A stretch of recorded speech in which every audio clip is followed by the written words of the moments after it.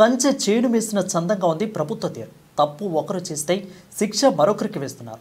Revenue రికార్డులలో పడిన దొంగలను పట్టుకొని శిక్షించకుండా అభంశుభం తెలియని అమాయకులైన రైతులను రైతు భరోసా ఇవ్వకుండా బలి పశువులుగా మారుస్తున్నారు. 14 సంవత్సరాల క్రితం ఆనాటి కాంగ్రెస్ ప్రభుత్వం చేపట్టిన రీసర్వే సెటిల్మెంట్ రిజిస్టర్ తప్పుల తడాకగా నమోదు చేశారు.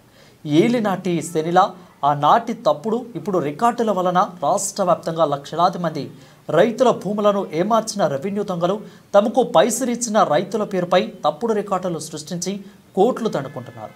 సాగు చేసే భూమి తమ దగ్గరే ఉండడంతో పహానీల మాయాల జ్వాలాన్ని కూడా రైతులు కనిపెట్టలేకపోతున్నారు. ఇక దీంతో రికార్డుల ట్యాంపరింగ్ పరంపర ధరణి వరకు కూడా అప్రతిహతంగా కొనసాగుతుంది. ఇక ధరణి సాఫ్ట్వేర్లో భూములు అప్డేట్ అయిన తర్వాత తమ భూమిని ఎవరో దొంగిలించారని రైతులకు అర్థమైంది. అప్పటి వరకు పాస్ పుస్తకాలలో తమ భూమి భద్రంగా ఉందని భావించిన రైతులకు ధరణి పథకంలో తమకు జరిగిన నష్టాన్ని గుర్తించి తహసీల్దార్ కార్యాలయాల చుట్టూ తిరగడం ప్రారంభించారు. ఇక ధరణితో గ్రామ పరిధిలోని భూమి లాక్ కావడంతో రెవెన్యూ అధికారులు చేతులెత్తేశారు. ప్రస్తుతం కాంగ్రెస్ సర్కారు ఆర్ఎస్ఆర్ తప్పులను తమకు అనుకూలంగా మలుచుకొని పెరిగిన విస్తీర్ణం ఉన్న సర్వే నెంబర్ను బ్లాక్ చేసింది. దీంతో రైతులకు రైతు భరోసా నిధులు జమ కావడం లేదు. తప్పు చేసిన రెవెన్యూ దొంగలు మరికొందరు దొంగ రైతులు అయితే ఇలాంటి తప్పు చేయని నిజమైన భూములు కలిగిన రైతులు రైతు భరోసా రాక ఆందోళన చెందుతున్నారు. ఇక కాంగ్రెస్ సర్కారు జబ్బు ఒకటి అయితే మందు మరొకటి ఇచ్చినట్లుగా ఉంది. ఆర్ఎస్ఎస్ తతంగంలో నష్టపోతున్న అమాయక రైతన్నల పరిస్థితిపై journalist TV CEO Mareddy Nagendra Reddy విశ్లేషణ. రాష్ట్రంలో కాంగ్రెస్ ప్రభుత్వం కొలువు తీరి ఏడాది పూర్తిపై రెండో ఏడాది కొనసాగుతున్న తరుణంలో సంక్షేమ పథకాల అమలు విషయంలో రకరకాల కొర్రీలు వేసేందుకు భూతద్దం పెట్టి ఎదురు చూస్తుందని చెప్పవచ్చు. ఎందుకంటే రైతు రుణమాఫీ విషయం కావచ్చు, రైతు భరోసా కావచ్చు, ఇతరత్ర పథకాలు ఏవైనా కావచ్చు, లేదా మహిళలకు 2,500 రూపాయల పథకం కావచ్చు, ఏదైతే హామీలు ఇచ్చిన కాంగ్రెస్ ప్రభుత్వం కాస్త హామీల అమలు విషయంలో ముక్కుతూ మూలుగుతూ ఒక్కొక్కటి అమలు చేసే దిశగా వెళ్తున్నామని ప్రజలు నమ్మించే ప్రయత్నం చేస్తుంది తప్ప ఎక్కడ కూడా పూర్తి స్థాయిలో పథకాన్ని 100% అమలు చేసిన దాఖలాలు కనపట్టలేదు.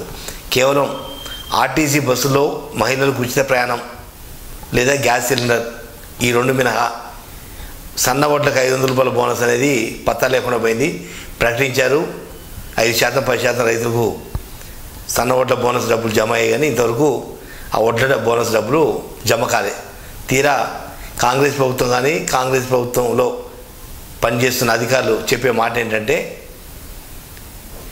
ఎన్నికల నోటిఫికేషన్ ఏదైతే ఎమ్మెల్సీ ఎన్నికల కోడ్ ఉంది కాబట్టి కోడ్ పూర్తి అయిన తర్వాత సన్న ఓట్ల బోనస్ కోడికి వస్తుందంటూ ఒక తప్పుడు సంకేతాలు ఇచ్చే ప్రయత్నం చేస్తుంది. వాస్తవంగా సన్న ఓట్ల బోనస్కి ఎలక్షన్ కోడ్కి సంబంధం లేదు. ఎందుకంటే అది పాత పథకం, గతంలో ప్రభుత్వం అమలు చేసిన పథకం కాబట్టి ఎన్నికలు కూడా ఎక్కడ కూడా అడ్డంకి కాదు, కారాదు కూడా, కాబోదు కూడా.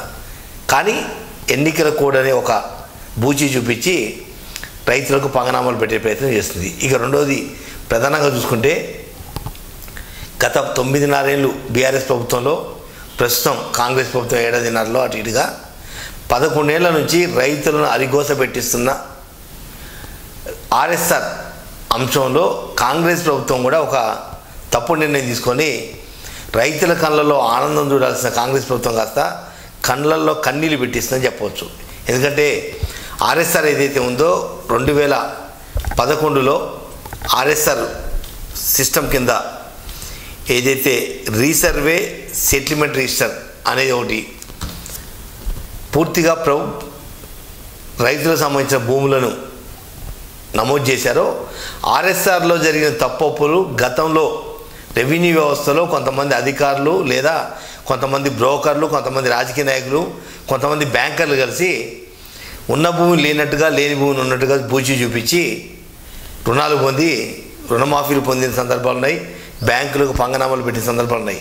ఇది ఎంత చేసేందుకు 2 ఎకరాలు ఉన్న రైతుకి 10 ఎకరాలు భూమి ఉన్నట్టుగా పహానీలలో నమోదు చేసి, అదే పహానీలలో దొంగ పత్రాలతో నమోదు చేసి 10 ఎకరాలు పహానీలో స్టాంపు అంటే విఆర్ఓ, ఆర్ఐ, ఎంఆర్ఓ ఇస్తే అది బ్యాంకర్లు ఆ 10 ఎకరాల పేరు మీద 1 లక్ష రూపాయలు, 2 లక్షల రూపాయలు రుణాలు అందజేశారు. తీరా ఆర్ఎస్ఆర్ ఎప్పుడైతే అధికారికంగా నమోదైపోయిందో ఆ తర్వాత ధరణిలో కూడా అధికారికంగా నమోదు కావడంతో అసలు భూమి ఉన్న రైతులకు భూమి లేదు, భూమి లేనోడికి అదనంగా భూమి ఎక్కేసింది. ఇదంతా రైతులు కార్యాలయ చుట్టూ తిరిగి తమ గోస చెప్పుకున్నా ఏ అధికారి కూడా పట్టించుకున్న దాఖలా లేవు, పట్టింపు లేని పరిస్థితి. తీరా రైతు భరోసా పథకం నిధుల జమ విషయంలో కూడా ఏదో రకంగా ఒక అడ్డంకి దొరికితే దాన్ని అడ్డం పెట్టి ఎగ్గగొట్టాలనే ఒక ఏకైక లక్ష్యంతో తాజాగా కాంగ్రెస్ ప్రభుత్వం ప్రయత్నం చేస్తున్నట్టుగా ఆరోపణలు వినిపిస్తున్నాయి. ఆర్ఎస్ఆర్ ఏదైతే ఉందో ఆర్ఎస్ఆర్లో తప్పులు జరిగితే ఆ సర్వే నెంబర్ మొత్తాన్ని కూడా బ్లాక్ లిస్ట్లో పెట్టేస్తున్నారు. వాస్తవంగా ఒక 10వ నెంబర్ సర్వే నెంబరు లేకపోతే ఒక 441 సర్వే నెంబర్లో ఒక 15 ఎకరాల భూమి ఉంటే ఒరిజినల్గా 15 ఎకరాల భూమి కాసాపహాని నుంచి కొనసాగుతున్న భూమి కాస్త అది 25 ఎకరాలకు గంట వహించిన అవినీతిగా అలవాలమైన రెవెన్యూ శాఖ ఆ 15-25 ఎకరాలు చేసింది.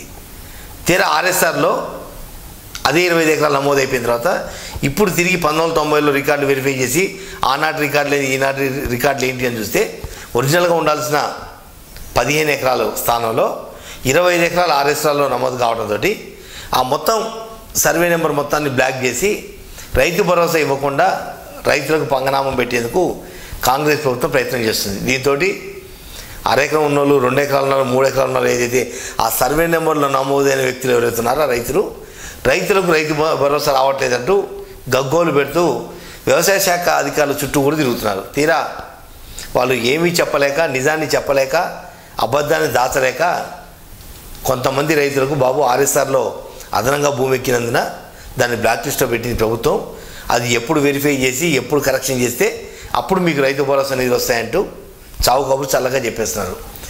ఆర్ఎస్ఆర్ కనుక అదనంగా ఎక్కించిన దాంట్లో రైతులకు ఏమి బాధ్యత, రైతులకు ఏం సంబంధం?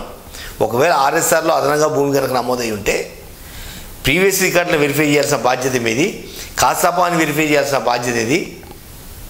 ఇవన్నీ రికార్డులన్నీ కూడా రెవెన్యూ యంత్రాంగం కన్సర్నల్లో ఉన్నాయి, ఎంఆర్ఓ తహసీల్దార్ ఆఫీసులో ఉన్నాయి, ఆర్డీఓ ఆఫీసులో ఉన్నాయి, కలెక్టరేట్లో కూడా మొత్తం కాసాపా నుంచి 1954 నుంచి కూడా రికార్డులన్నీ మీ చేతిలో పెట్టుకొని రైతులను ఎందుకు ఇబ్బంది పెడుతున్నారో అర్థం కాని ప్రశ్న. అంటే ఏదైనా కొండంగి శాఖలు అంటారు, ఎగ్గొట్టాలనే ఒక ఆలోచన ఉన్నప్పుడు ఇటువంటి తప్పుడు సంకేతాలు తప్పుడు ఆలోచనలు వస్తాయి. కాబట్టి కాంగ్రెస్ ప్రభుత్వం రైతు భరోసా నిక్కచ్చిగా ఏదైతే అన్న ప్రకారం ఎకరానికి 6,000 రూపాయలు చొప్పున సీజన్ వారీగా ఇవ్వాలని ఆలోచిస్తుందా, లేకపోతే ఎక్కడికక్కడికి ఆ నిధులను తగ్గించేందుకు ప్రయత్నం చేస్తూ కొత్త ఆలోచనల్ని చేస్తూ రైతులకు పంగనామాలు పెట్టాల్సి తెలుసుకుంది అనేది కూడా అర్థం కాని పరిస్థితి. ఎందుకంటే ఆర్ఎస్ఆర్కి ఆ రైతులకు సంబంధం లేదు. ఆర్ఎస్ఆర్ చేసింది రెవెన్యూ యంత్రాంగం.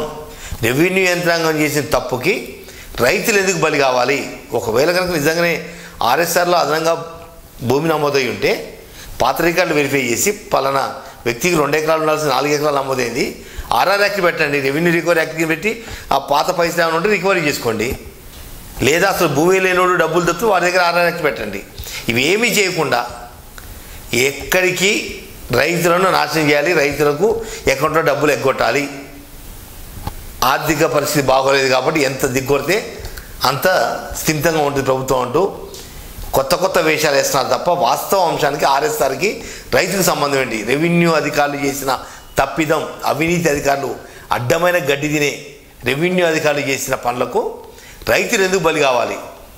నిజంగా ఒక్కసారి కాంగ్రెస్ ప్రభుత్వం కానీ కాంగ్రెస్ ప్రభుత్వం పరిపాలించిన పాలకులో లేదా ముఖ్యమంత్రి రేవంత్ రెడ్డి కావచ్చు లేదా వ్యవసాయ శాఖ మంత్రి తుమ్మల నాగేశ్వరరావు ప్రతిసారి రైతు అని చెప్పి గగ్గోలు పెట్టే తుమ్మల నాగేశ్వరరావు 40 ఏళ్ళ ఇండస్ట్రీ ఆర్ఎస్ఆర్ సబ్జెక్టుకి రైతుకు సంబంధం ఏంటి?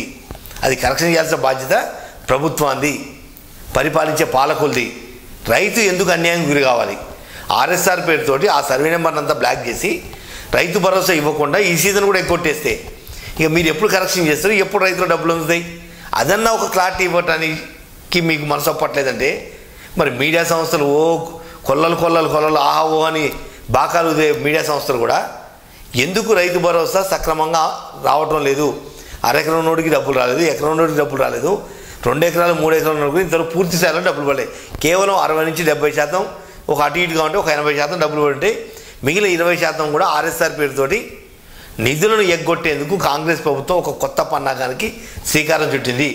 ఆర్ఎస్ఆర్కి రైతులకు సంబంధం లేదు, తప్పు చేసేది ఒకడైతే శిక్ష అనుభవించే మరొకరు. అంటే జబ్బు ఒకటైతే మందు ఒకటి అన్నట్టుగా తప్పు చేసి రెవెన్యూ యంత్రాంగం అడ్డమైన గడ్డి తిని లంచాలకు అలవాటు పడి రైతుల కడుపు కొట్టిన కొంతమంది అవినీతి పట్ల భర్తం పట్టకుండా రైతులకు ఏమీ తెలియని అమాయకమైన రైతులను వాళ్ళ జేబులు చిల్లుపెట్టేందుకు లేదా వాళ్ళ జేబులు కొట్టేందుకే ఇచ్చినట్టు ఇచ్చి తీసుకునే సిస్టమ్ ఏదైతుందో ఆ తరహాలో రైతులకు నమ్మించి నట్టేయడం ఉంచడం అనేది కాంగ్రెస్ ప్రభుత్వం చేస్తున్న పనిగా రైతులు తమ ఆక్రోశాన్ని వెలగొక్కుతున్నారు.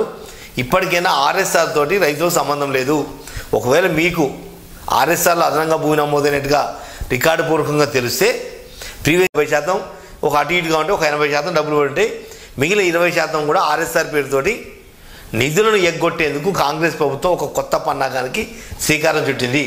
ఆర్ఎస్ఆర్కి రైతులకు సంబంధం లేదు.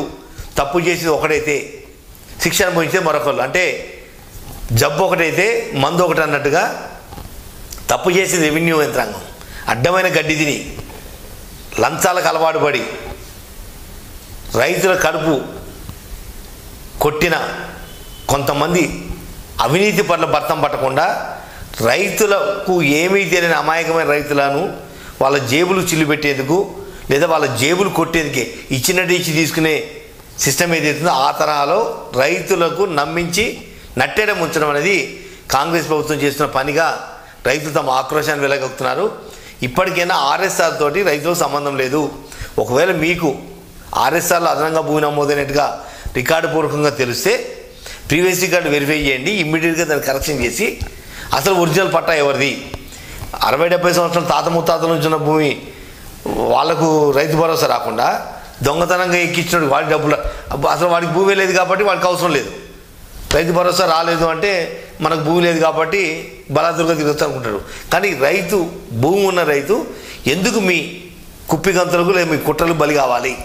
ఇప్పటికైనా కాంగ్రెస్ ప్రభుత్వం ముఖ్యమంత్రి రేవంత్ రెడ్డి వాస్తవాంశాలు పరిశీలించాలి. వ్యవసాయ శాఖ మంత్రి తుమ్మల నాగేశ్వరరావు ఆర్ఎస్ఆర్కి రైతుల సంబంధం ఏంటనే విషయంలో క్లారిటీ ఇచ్చి అసలు ఆర్ఎస్ఆర్లో జరిగిన తప్పులు ఆ తప్పులు చేసిన అధికారులు ఇప్పుడు ఏ స్థాయిలో ఉన్నారు వాళ్ళందరినీ అవసరమైతే సస్పెండ్ చేయడం లేకపోతే వాళ్ళ మీద శాఖాపరమైన చర్యలు తీసుకొని వాటిని కరెక్షన్ చేయాల్సిన బాధ్యత వదిలేసి బాధ్యతారహితంగా రైతుల కడుపు కొట్టే ప్రయత్నం చేస్తున్నారు. కాబట్టి ఇప్పటికైనా ఆర్ఎస్ఆర్ని అడ్డం పెట్టుకొని ఆ సర్వే నెంబర్ బ్లాక్ చేసిన అంశాలని ఒక్కసారి వాస్తవ అంశాలు ఏదైతే ఉన్నాయో ప్రభుత్వం రైతులు వివరించాల్సిన అవసరం ఎంతైనా ఉంది.